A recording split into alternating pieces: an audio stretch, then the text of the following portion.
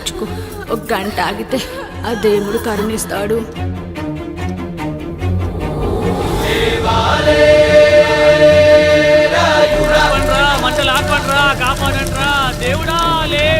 ఆయన లేవాలి, ఈ మంటలు ఆరాలి. నీ కంటిలోని ఒక్క బొట్టు ఈ మంటల మీద పడినా ఈ ఊరే కన్నీరు పెడుతుంది.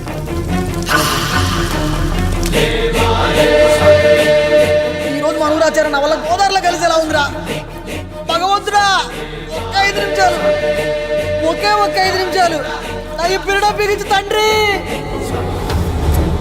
సన్నని చిరుకులు వడగలుగా మారి పిడుగుల రూపంలో బయటకు వస్తున్నాయిరా. నాలోని బాధ అనిచోదు. ఇప్పుడు ఇంకొక 5 నిమిషాలు అంతే. నీళ్ళు సిద్ధంగా ఉంచుకోండి.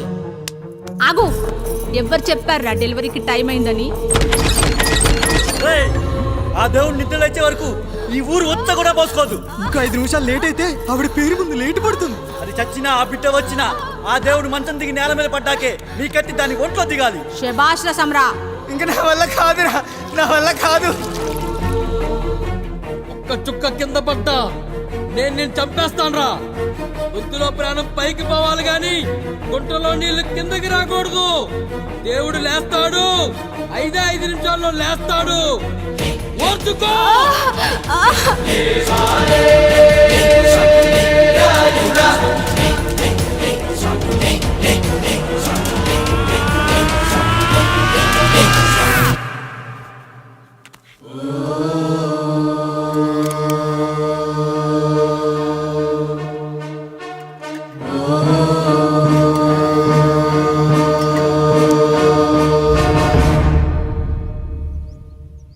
రాయుడు గారు నిద్ర లేచారు.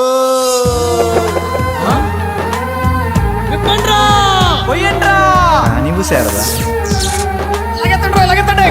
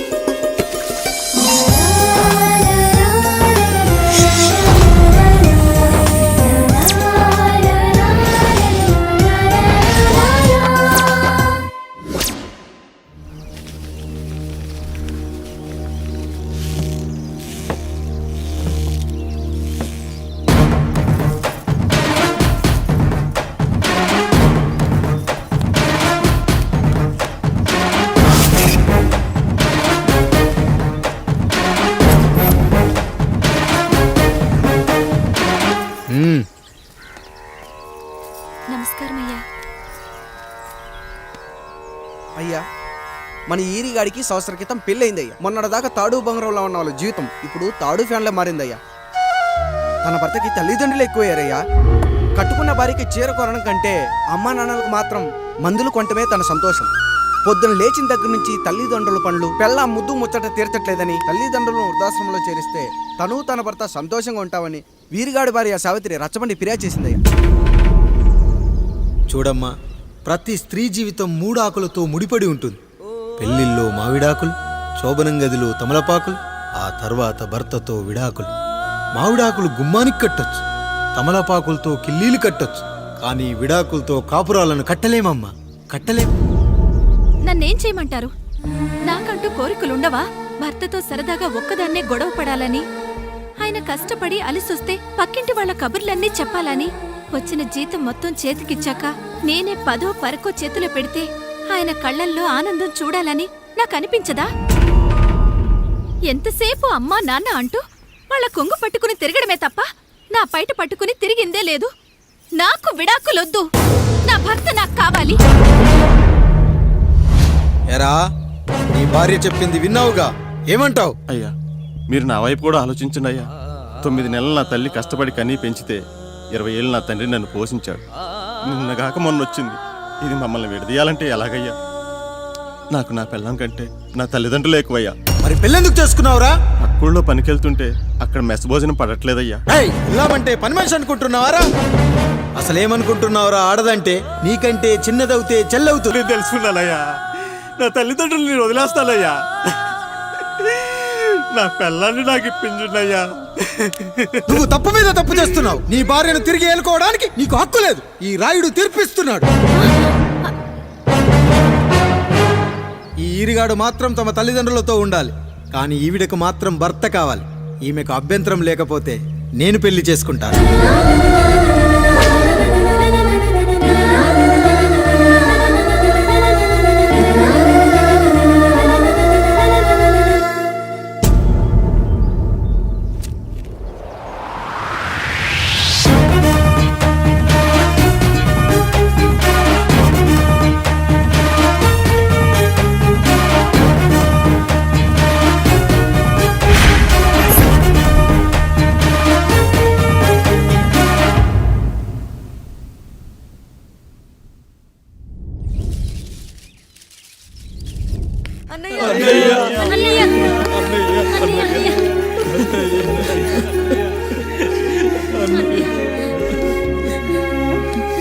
రాత్రి చాలా భయం వేసిందనయ్యా. ఇప్పుడు మమ్మల్ని వదిలి వెళ్ళకన్నయ్యా. రాత్రే కదరా మనం అందరం కలిసి పడుకున్నాం. ఎప్పుడో రాత్రి చూసామన్నయ్య, నిన్ను చూడకుండా ఒక్క అరగంట కూడా ఉండలేకపోతున్నా. నిన్ను చూసి చాలా రోజులైనట్టుంది అన్నయ్య. రాత్రంతా ఎక్కడికి వెళ్ళావన్నయ్యా? అసలు ఎక్కడికి వెళ్ళారండి? ఇంట్లో దోమలు కొడుతున్నాయని అలా పక్కనే ఉన్న గడ్డివాం దగ్గర పడుకున్నా. మన రత్తాలు వాళ్ళ ఆయన ఊళ్ళో లేడంది. సరే అని తను తోడుగా తీసుకెళ్ళా.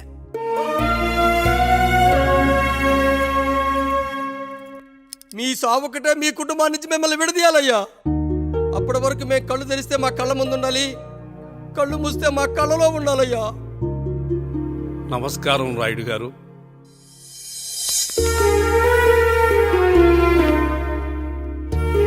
నమస్తే. ఏం జడ్జి గారు ఎప్పుడొచ్చారు? ఇప్పుడే. రాయుడు గారు, మీ కుటుంబం గురించి వినడమే గాని ఇప్పుడే చూస్తున్నాను. ఒక్కసారి మీ కుటుంబ సభ్యుల్ని నాకు పరిచయం చేయండి రాయుడు గారు. వాళ్ళు నా తమ్ముళ్ళు. నమస్కారం. మొత్తం ముగ్గురా? కాదు, నలుగురు. వాడు వేరే షూట్లో ఉన్నాడు. వీళ్ళు నా చెల్లెళ్ళు. నమస్కారం తల్లి. వీళ్ళు నా భార్యలు. నమస్కారం అమ్మా. వీళ్ళు నా బంధువులు. నమస్కారం. నా జీవితంలో ఎంతో ముఖ్యమైన, ఇష్టమైన, ప్రాణమైన మరో మనిషిని మీకు పరిచయం చేయాలి. ఆవిడే.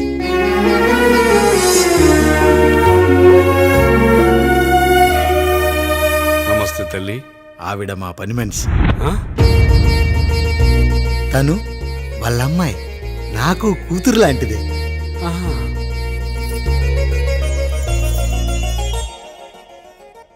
ఆ ఫోటోలోని వ్యక్తి ఎవరమ్మా? మీ ఆయన?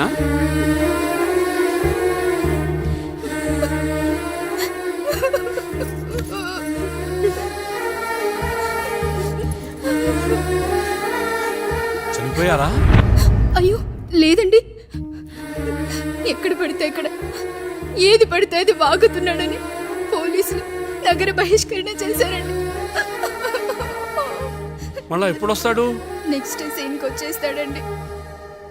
ఈ అనుబంధాలు, ఆప్యాయతలు చూసిన తర్వాత నాకు ఒక కోరిక కలుగుతుంది రాయుడు గారు. మీరు కాదనరనే ధైర్యంతో అడుగుతున్నాను. అడగండి. నాకు ఒక్కతే కూతురు. ఆమెను మీ కుటుంబంలో సభ్యురాలుగా చేసుకుంటారని. తప్పకుండా. నా భార్యలకు అభ్యంతరం లేకపోతే తనను నేను పెళ్లి చేసుకుంటా.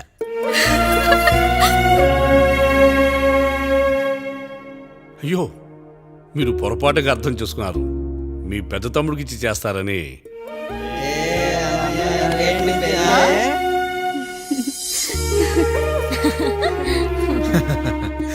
తప్పకుండా తప్పకుండా. ఒక మంచి రోజు చూసుకొని మీ ఇంటికి అమ్మాయిని చూసుకోవడానికి వస్తాం. ధన్యుణ్ణి రాయుడు గారు, ధన్యుణ్ణి.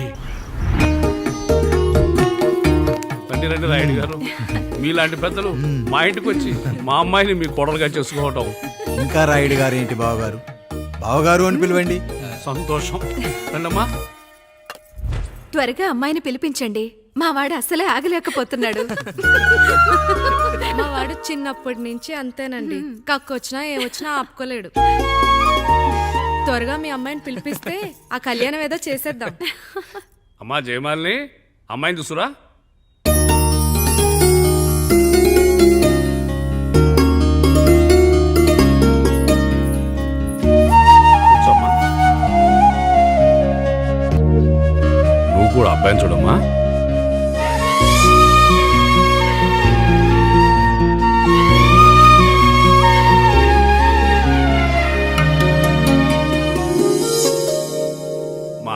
అని చెప్పుకోవడం కాదు కానీ అసలు ఈ కాలపిల్ల కాదు బావగారు.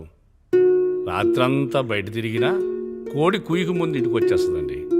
మళ్ళా ఊరంతా నిద్రలేగిస్తే తప్పుగా అనుకుంటారు కదా. తను తిరిగే స్నేహితుల్లో పచ్చి తాగుబోతులు తిరుగుబోతులు ఉన్నారు.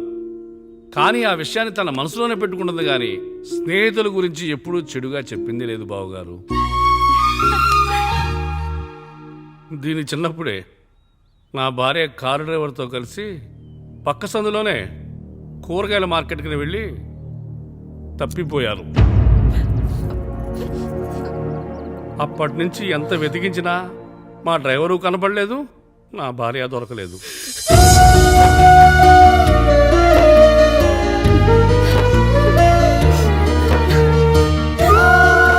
అమ్మ నాకు చాలా ప్రేమ పంచింది నాన్న, అది ఊరంతా పంచుతానంటుంది నా బిడ్డ. నేను కాదనలేదు. అలాంటి నా కూతురు ఇవాళ మీ కోడలవటం నిజంగా నా అదృష్టం బావగారు. ఈ రోజు నుంచి మీ అమ్మాయి మా ఇంటి బిడ్డ. అమ్మాయి నచ్చిందా బాబు? నచ్చిందా?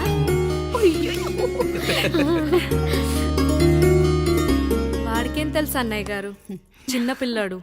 ఇప్పటికీ ఆకుని చెవులో పువ్వుని నోట్లో పెట్టుకొని తిరుగుతూ ఉంటాడు.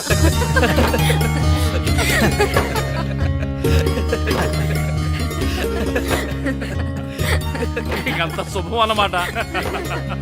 ఇక తాంబూలవి మార్చుకుందాం. ఒక నిమిషం ఆగి, నేను చెప్పేది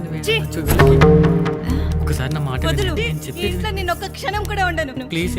అమ్మా శారదా, పెద్దవాళ్ళు వచ్చారమ్మా, మనల్ని చూస్తున్నారు. అమ్మాయికి పెళ్లి చూపులమ్మా. ఈ టైంలో నువ్వు ఇలా అలర్ట్ చేస్తే దాని జీవితం నాశనం అవుతుంది తల్లి. లోపలికి వెళ్ళు, తర్వాత మాట్లాడదాం. ఇక్కడ మీ కోడలు కాపురం కాలిపోతుంటే మీరు ఆ మంటల్లో మీ కూతురు పెళ్లికి కాఫీలు పెట్టిస్తున్నారా? ఈ ఇంట్లో నేను ఇంకొక క్షణం కూడా ఉండను. ఒక్క నిమిషం తల్లి, అసలేం జరిగిందో నాకు చెప్పమ్మా. ఈయన మంచోడని 6 నెలల క్రితం నాకు పెళ్లి చేశారు. మొదట్లో బాగానే ఉన్నాడు, ఆ తర్వాత ఒక రోజు మందు కొట్టాడు. కొని తాగింది దిగాక మంచోడుగా ఉంటాడు అనుకుంటే ఈ మధ్య చెడు తిరుగుళ్ళు తిరుగుతున్నాడు. ఊరవతల చిన్నిళ్ళు కూడా పెట్టేశాడు.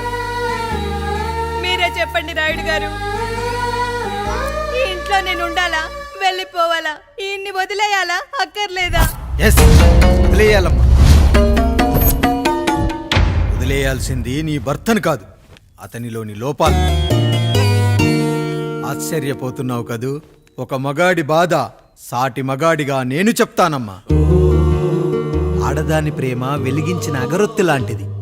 ఒకడు వెలిగించగానే కొన్ని గంటల్లో బూడిదైపోతుంది. కానీ మగాడి ప్రేమ దీపం లాంటిది. తను కాలుతూ కూడా నలుగురిని వెలిగించుకుంటాడు. ఆ వెలుగులో ఆనందాన్ని వెతుక్కుంటాడు. చూడమ్మా శారద, నువ్వు కాకిలోని నలుపును చూస్తున్నావు, నేను దాని రెట్టలో తెలుపును చూస్తున్నాను. మొగడు మందు కొట్టొస్తే నిన్ను కొట్టలేదని సంతోషపడాలి గాని బాధపడకూడదమ్మా. ఇక చిన్నిల్లు సంగతి అంటావా? రుచిగా ఉందని లొట్టలేసుకుంటూ సగం తిన్న బిర్యానీలో కుక్క మూతి పెట్టిందని తెలిసాక దాన్ని పారేసుకుని ఆకలిని చంపుకోవడం కంటే నాకింది మనింటి కుక్కే కదా అని దాని మూతిపళ్ళు రాలగొట్టి ఇంట్లో కట్టేయాలి. నీ భర్త కూడా అలాంటి కుక్కలాంటి వాడేనమ్మా.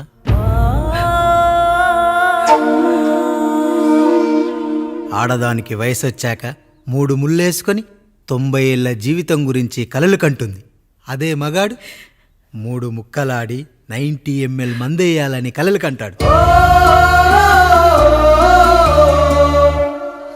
హౌస్లోనికి హౌస్ కీపింగ్కి తేడా తెలియని అమాయకపు జాతి అమ్మా మా మగజాతి.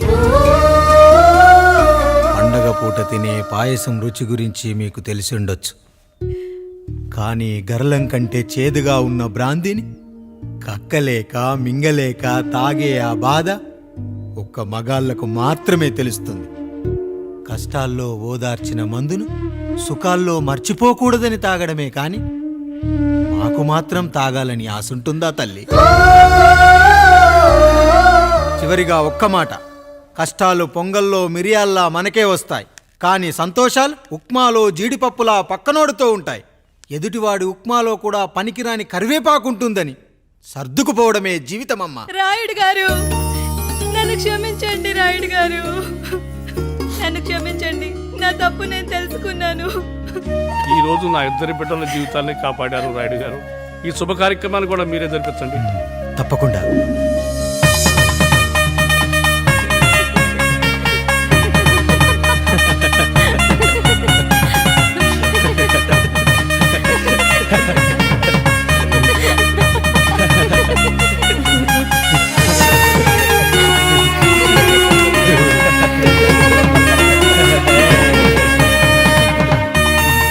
రాముడు, పండు, మీరు దీవించండి. దీవించండి.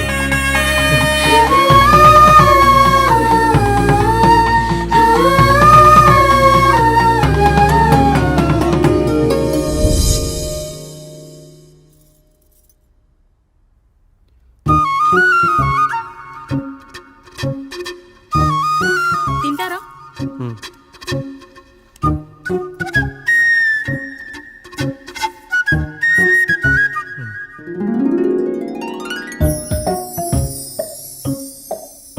ఫస్ట్ టైమా?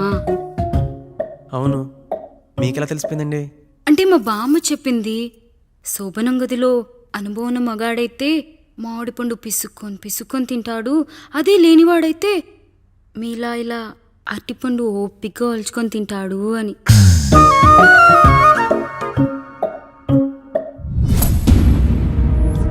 ఏంటవి? అవేంటో తెలీదా? ఫ్రెండ్స్కి పెళ్ళని చెప్తే హ్యాపీ బర్త్డే అనుకొని బెలూన్స్ ఇచ్చారు. ఫీల్ అవుతారు కదా అని 4 అక్కడ కట్టాను.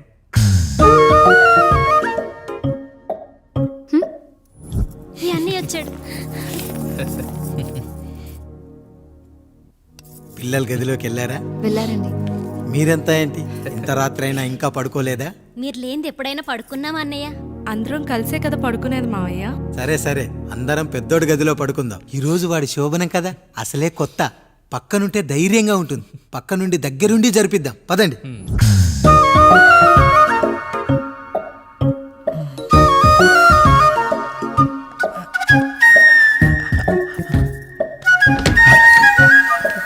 కానివ్వండి రా, కానివ్వండి కానివ్వండి. మీరేం మావయ్య ఇక్కడ పడుకుంటున్నారు? అదేంటమ్మా పెద్దోడా, చెప్పలేదా? మేమంతా కలిసే పడుకుంటామమ్మా. నువ్వు మాతో పాటే. అవును భార్గవి. మీరు ఊరుకోండి. మీరు ఇక్కడ పడుకోవడం నాకు ఇష్టం లేదు మావయ్య.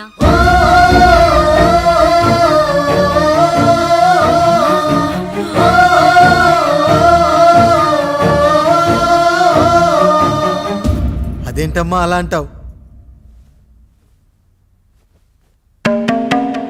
ఎన్నో చూసాం, ఎన్నో చేశాం. దుక్కి దున్ని కోత కోయకుండానే ఈ విత్తనాలన్నీ మొలకొచ్చాయంటావా తల్లి? అవన్నీ నాకు తెలియదు మావయ్య. మర్యాదగా బయటికి వెళ్ళండి.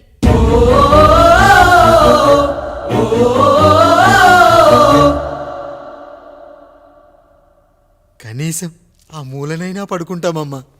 నువ్వైనా చెప్పరా పెద్దోడా? అంటే తను ఇబ్బంది పడుతుంది కదా నాన్న.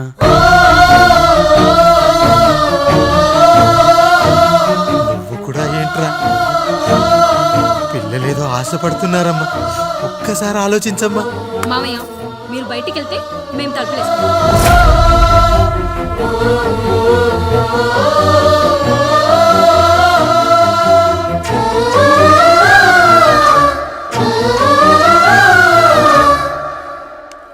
వేసుకోండి అమ్మా, వేసుకోండి. తలుపులు వేసుకోండి.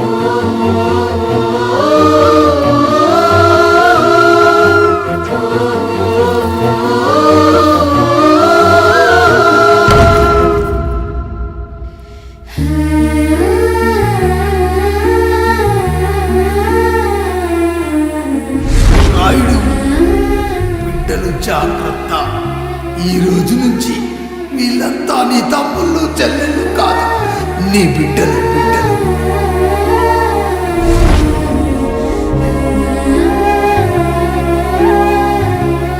జానకి, ఏమండి? సావిత్రి, ఏమండి? లక్ష్మి, ఏమండి? మన గదిలోకి పదండి. ఇక నుంచి ఎవరి పిల్లలతో వాళ్ళ గదిలోనే పడుకోవాలి. ఇది ఈ రోజు నుంచి ఈ వంశానికి రాస్తున్న కొత్త శాసనం. అయ్యా అలా అనకండి అయ్యా, మీరు లేకుండా మేము ఎప్పుడైనా విడిగా పడుకున్నాము. అంతా కలిసే కదయ్యా పంచుకున్నాము. వెళ్ళరా వెళ్ళు. నీకు భార్య ఉంది, నీకు పడగది ఉంది. వేసుకోండి రా, మీరు వేసుకోండి, తలుపులు వేసుకోండి. మీరు కూడా ఏంటండి పిల్లలేదు? నర్మయ్, చిన్న పిల్లల వాళ్ళని ఉయ్యాల్లో ఆడించేటప్పుడు పక్కనే ఈ నాన్న కావాలి, బడికెళ్ళేటప్పుడు పక్కనే ఈ నాన్న కావాలి, గుడికెళ్ళేటప్పుడు కూడా పక్కనే ఈ నాన్న కావాలి. కానీ శోభనం గదిలో మాత్రం పక్కనే ఉంటానంటే బరువయ్యాను జానకి, బరువయ్యాను.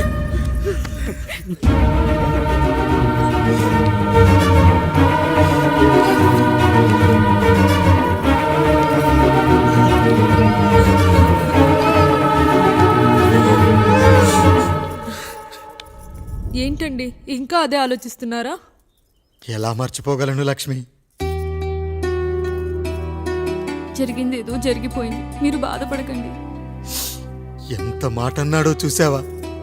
నా భార్య ఇబ్బంది పడుతుంది, బయటికెళ్ళండి నాన్న అన్నాడు. వాణ్ణి ఎలా పెంచాను? చదువుకుంటే పై చదువులకు వాడు వేరే ఊరు వెళ్లాల్సి వస్తుందని చదివే మాన్పించేశాను. జ్వరం వస్తే ఆ మాత్రలు చేదుగా ఉంటాయని నేనే మింగాను. నోరు తెరిచి అమ్మ కావాలన్నప్పుడల్లా ఎంతమంది అమ్మల్ని ఇచ్చాను. నాన్న అన్న ప్రతిసారి నాన్నల్ని ఇవ్వలేకపోయానని వాడికి నా మీద కోపమో ఏమో జానకి. నిజమేనండి, మనమంతా ఇలా లేమే. మన కుటుంబానికి దిష్టి తగిలింది. మా నాన్న మరణంతో ఆస్తిపోయి తమ్ముళ్ళతో నడి రోడ్డున పడ్డప్పుడు ఇలాంటి కష్టాన్ని మొదటిసారి అనుభవించాను.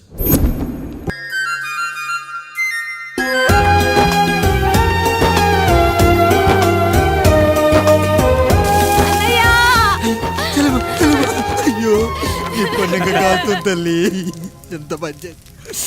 నానేం చెప్పాడో తెలుసు కదరా, కష్టమైన సుఖమైన కలిసి పంచుకోవాలరా.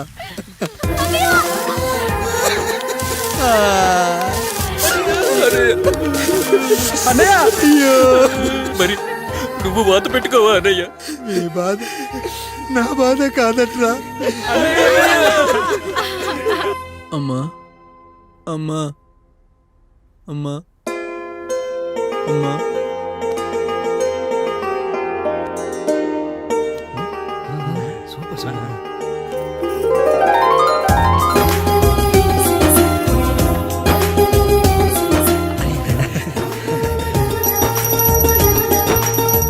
నా భార్య లక్ష్మి అమ్మ ఇక నుంచి మీకు అన్నీ నేర్పిస్తుంది. ఎరా, చెల్లెళ్ళు అడిగితే అమ్మనిచ్చాను, తమ్ముళ్ళు అడిగితే ఇవ్వలేనా? జానకి, వీళ్ళు నా తమ్ముళ్ళు, ఇక నుంచి మన బిడ్డలు.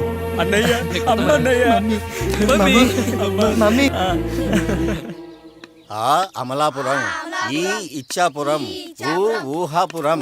నమస్కారం. పిల్లలు బడికొస్తారంట మాస్టారు. బాగా చదవండి, పై చదువులకి పక్కూరు వెళ్ళాలి. ఏ ఈ ఊళ్ళో చదువుకోకూడదా? మన ఊర్లో కాలేజీ లేదు కదయ్యా. ఎరా, నన్ను వదిలి కాలేజీకి వెళ్తారా? నేను చదువుకుంది చాలదా? నా చదువులు మీ చదువులు కావా?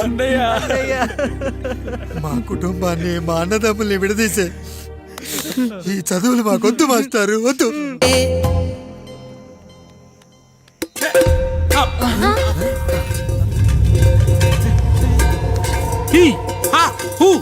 రేయ్, మన ఇంటికి దొంగలొచ్చారా? దొంగలొచ్చారు. దోచుకోండి రా, దోచుకోండి. మీరెందుకు వచ్చారా? చీపురెందుకు మావయ్య, ఈ కత్తి తీసుకోండి. ఏమయ్యా, మా ఇంటికి రావా? మా ఇంటికి ఎప్పుడొస్తావు? ఈ ఆధారం మీ అందరం ఊరు వెళ్తామయ్యా, మా ఇంటికి రావయ్యా. ఇదిగోవయ్యా, ఈ 100 రూపాయలు ఉంచుకో. తీసుకో తాతయ్య. ఏమిటి ఏమిటి ఆప్యాయత అనురాగాలు? ఇదంతా మాకు పాపారాయుడు గారు ఈ ఊరికి నేర్పిన సంస్కారం. మా ఊరికి ఎవరైనా వస్తే ఒట్టి చేతులతో పంపం. ఈ ఊరికి ఏదైనా రోగం వస్తే 4 చావులు ఇస్తాం. దొంగలు వస్తే దోచుకోవడానికి 4 ఇల్లు ఇస్తాం. అయ్యా, పేదరికంలో ఉన్న తల్లిదండ్రుల పిల్లల్ని పార్కుల నుండి, స్కూళ్ళ నుండి తీసుకెళ్లి బిస్కెట్లు, చాక్లెట్లు కొనిపెట్టి, డబ్బుండి పిల్లలు లేని దుబాయ్ షేకులకు ఇస్తుంటే నన్ను కిడ్నాపర్ అని జైల్లో పెట్టారు. 300 రూపాయలు పెట్టి కొన్న కత్తిని అది పనికొస్తుందో లేదో అని ఒక నగల వ్యాపారి కడుపులో పరీక్షిస్తే నన్ను హంతకుడన్నారయ్యా. మీరే ఈ కాముడిని అర్థం చేసుకున్నారు. నేను మీ ఊర్లోనే ఉండిపోతానయ్యా, మీ ఊర్లోనే ఉండిపోతాను. సరే కాముడు సరే. కుమ్మరోళ్ళున్నారు, కమ్మరోళ్ళున్నారు, కంచరోళ్ళున్నారు, కాసోళ్ళున్నారు. ఇక్కడ కంసాలున్నారు, పద్మశాలున్నారు, ఆచార్యులున్నారు, పూజారులున్నారు. రెడ్డి, నాయుడు, చౌదరి, దళితులు కూడా ఉన్నారు. హిందువులు, ముస్లింలు, క్రిస్టియన్స్ కూడా ఉన్నారు. కానీ ఒక దొంగ మాత్రం లేడు. ఈ రోజు నుంచి నిన్ను దొంగగా నియమిస్తున్నాను. ఈ ఊళ్ళో 4 ఇళ్ళు దొంగతనాలు చేసుకొని హాయిగా ఉండండి రా, హాయిగా ఉండండి. అయ్యా, మీ కుటుంబం అనే కొబ్బరి మట్టలో నేను ఒక ఆకునవుతాను. అయ్యా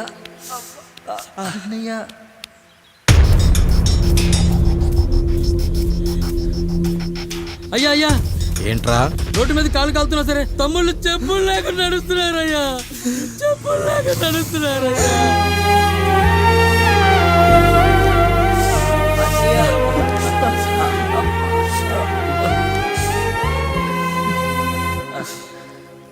చెప్పులు లేకుండా నడుస్తుంటే కాళ్ళు కాలుతున్నాయట్రా.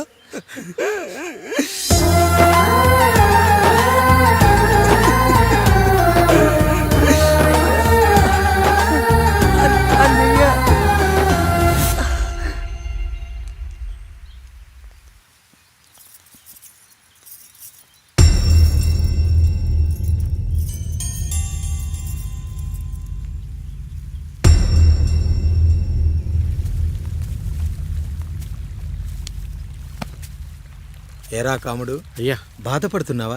పెళ్ళేమైనా చేయమంటావా? వద్దులేండి అయ్యా, నాకు ఇది ఉందిగా చాలు. దీంతో నేను ఎలాగోలా సరిపెట్టుకుంటాను. దీనితో పాటు జీవితంలో నీకు ఓ తోడు కావాలి.